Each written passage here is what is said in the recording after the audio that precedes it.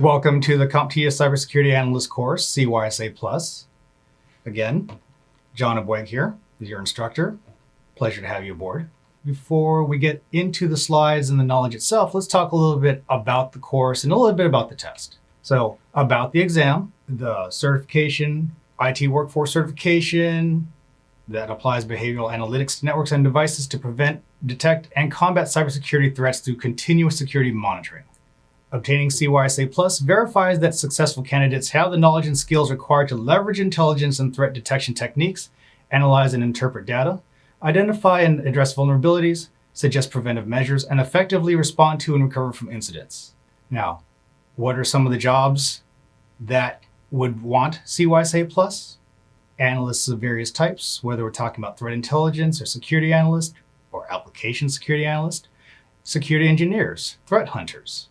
Now, the version of the exam we'll be talking about is version 2, CS0-002. The previous version of the exam, CS0-001, actually expired in October of 2020, so you cannot take that version anymore.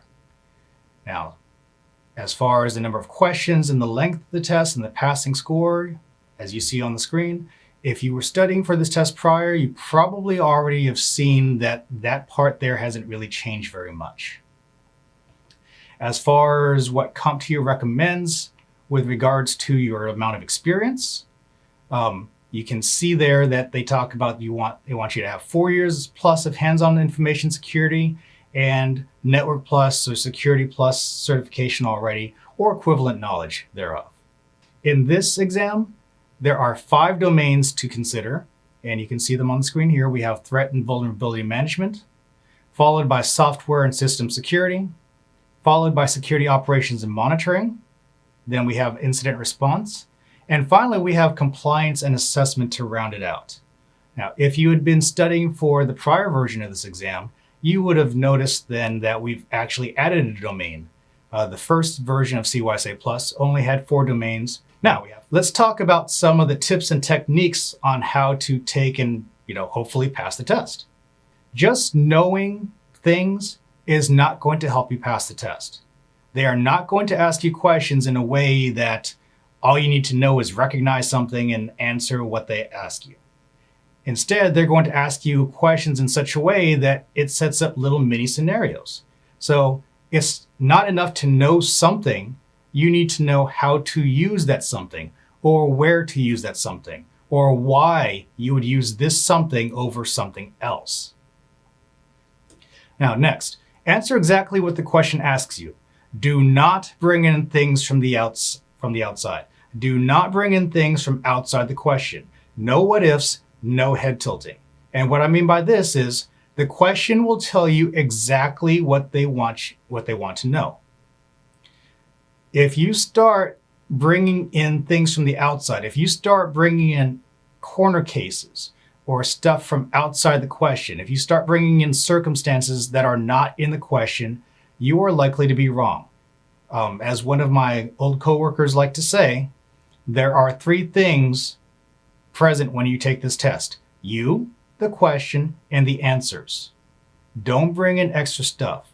If you start saying, well, I think the answer is this, but what if this happens? Or what if this circumstance occurs?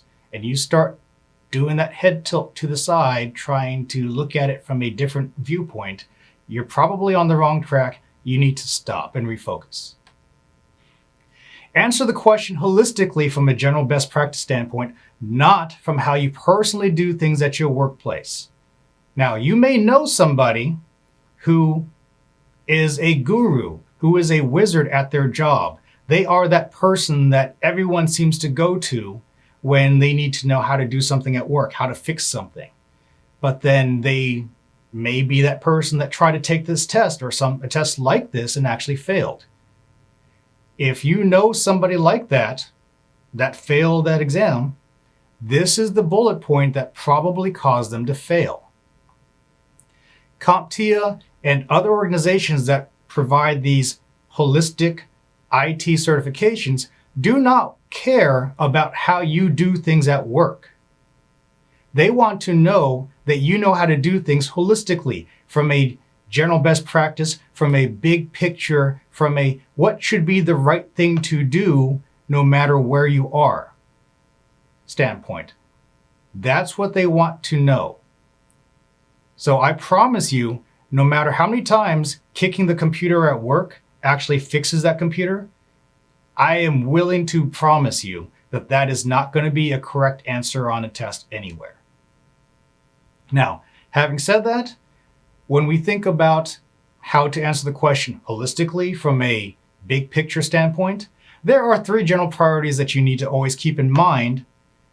Granted, they're not always going to be relevant to the question, but if there are different answers that perhaps stress different priorities, these are the 3 priorities you need to remember in order. First of all, priority number 1 is always human life and safety. We will never, ever, ever take any kind of actions or implement any kind of policies that would needlessly endanger human life or safety. Ever. Full stop. Number 2, laws and regulations. We will always strive to be ethical and moral, and we will always abide by any laws or regulations. And the 3rd priority, business considerations. In other words, money. What makes us the most money? Which answer would potentially save us the most money? So those are 3 priorities you should always keep in mind. Again, they may not always be in effect for a particular question, but if they are, then you make sure you need to know the order. How much security do you need? The answer is enough. Well, what do you mean by enough? Well, basically what I mean is enough to satisfy your company's needs, your organization's needs, but not so much that you're going to overdo things. Not so much that it doesn't make business sense. For example, would 7 layers of firewall be enough for a company? Well, that depends on the company.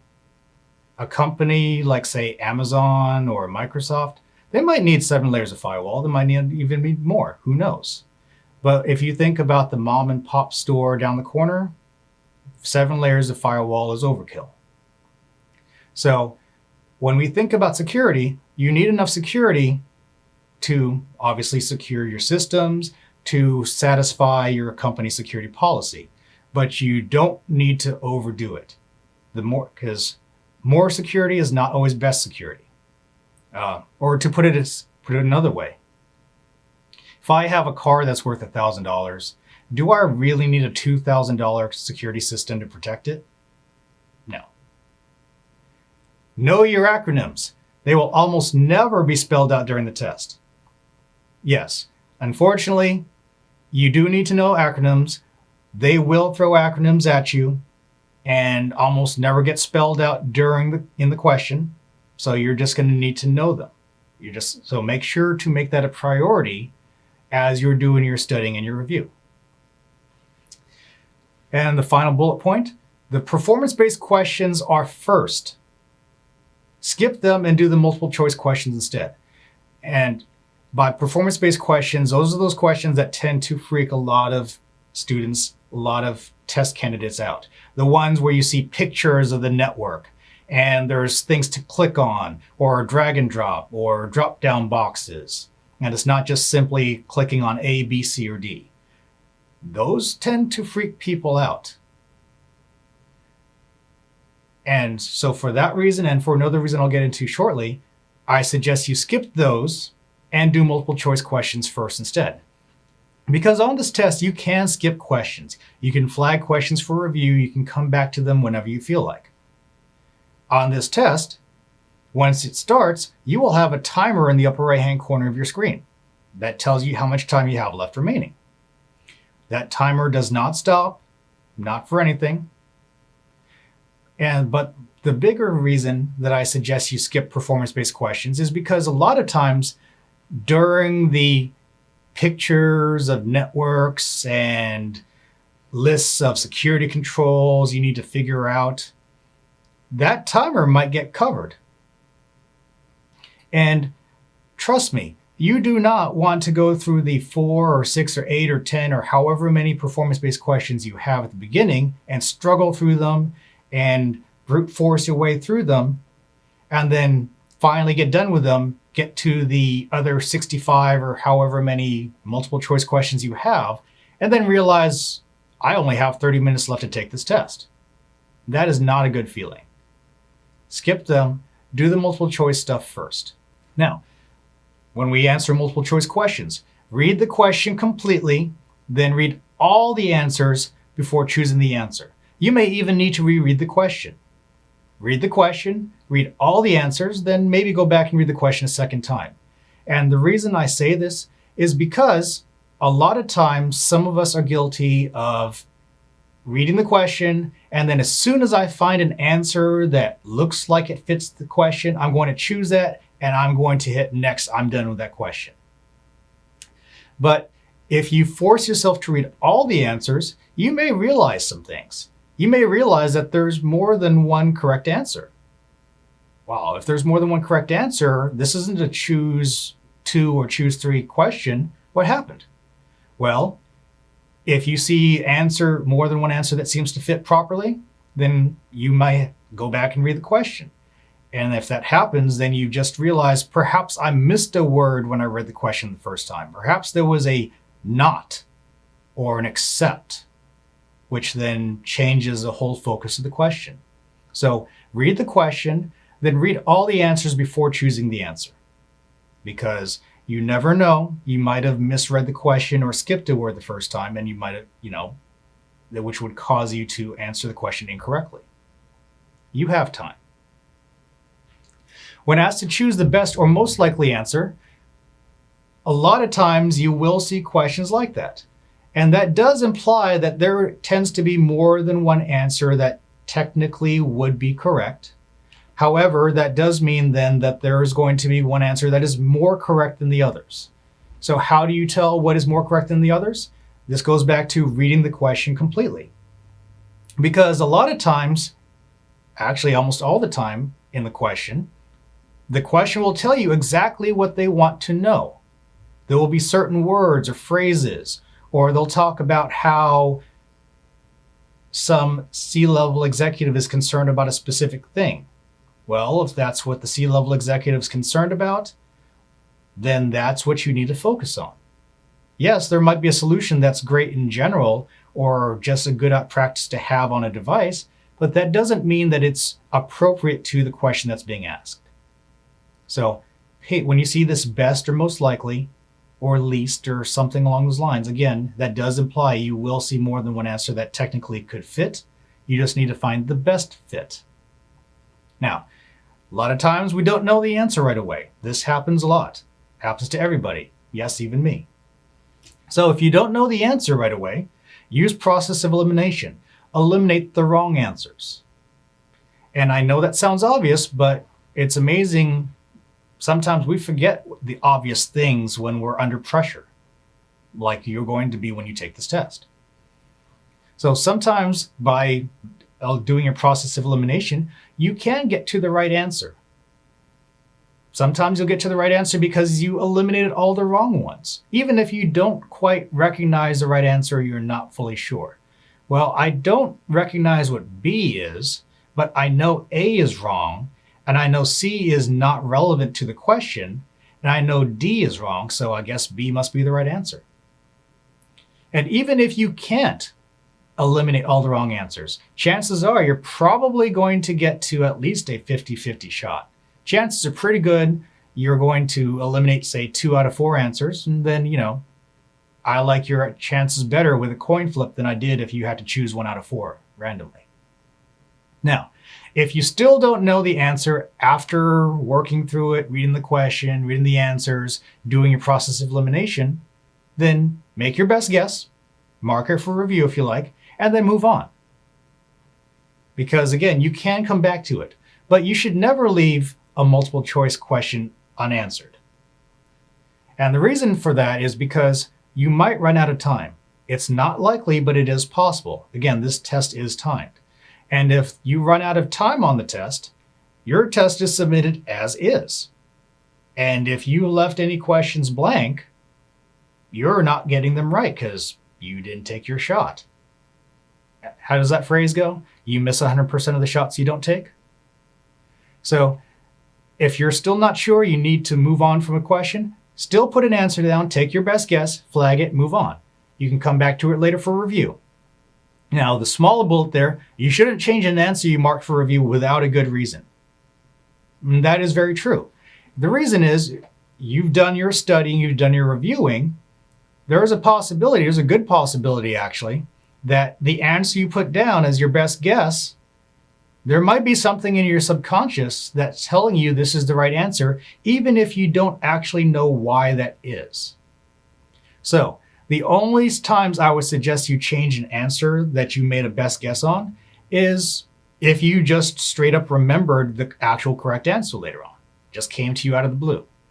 Or if you saw something perhaps in a later question where it jogged your memory and made you realize, oh, it doesn't work this way. Because the longer you stare at a review question, the more you might possibly talk yourself out of it, come up with those dreaded what-if scenarios that distract you from the actual question.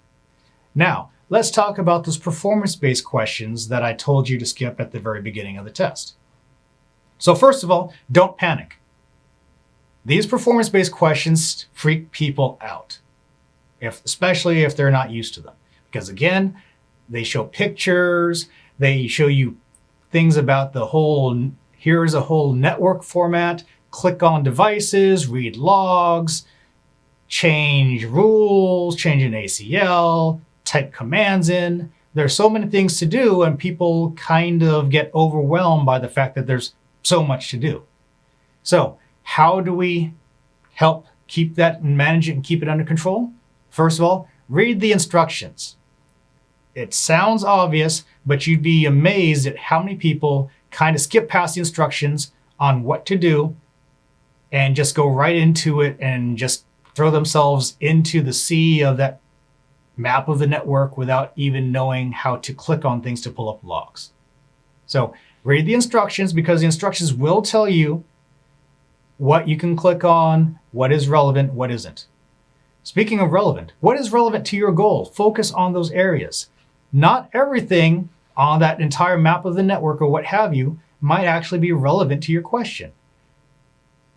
When you get given a performance-based question, it will tell you this is what they want. So focus on what they want.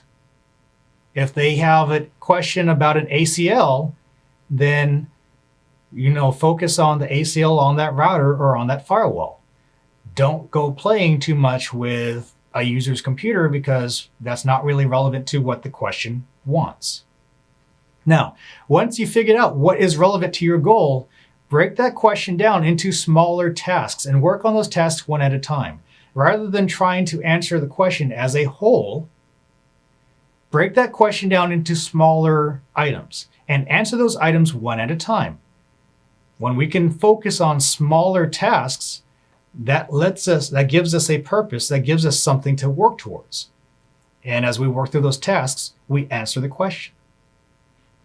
Now, for command line questions where you might have to type in commands, the help command actually works, even if they don't necessarily tell you that.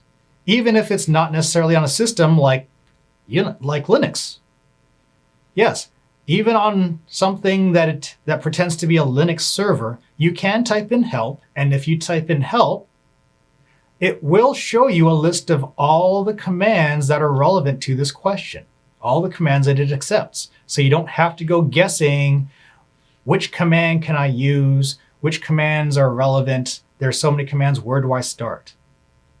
They are there to make things harder on you, but not in that sense. CompTIA wants to make things hard on you in the sense that they want to make sure you know what you're doing.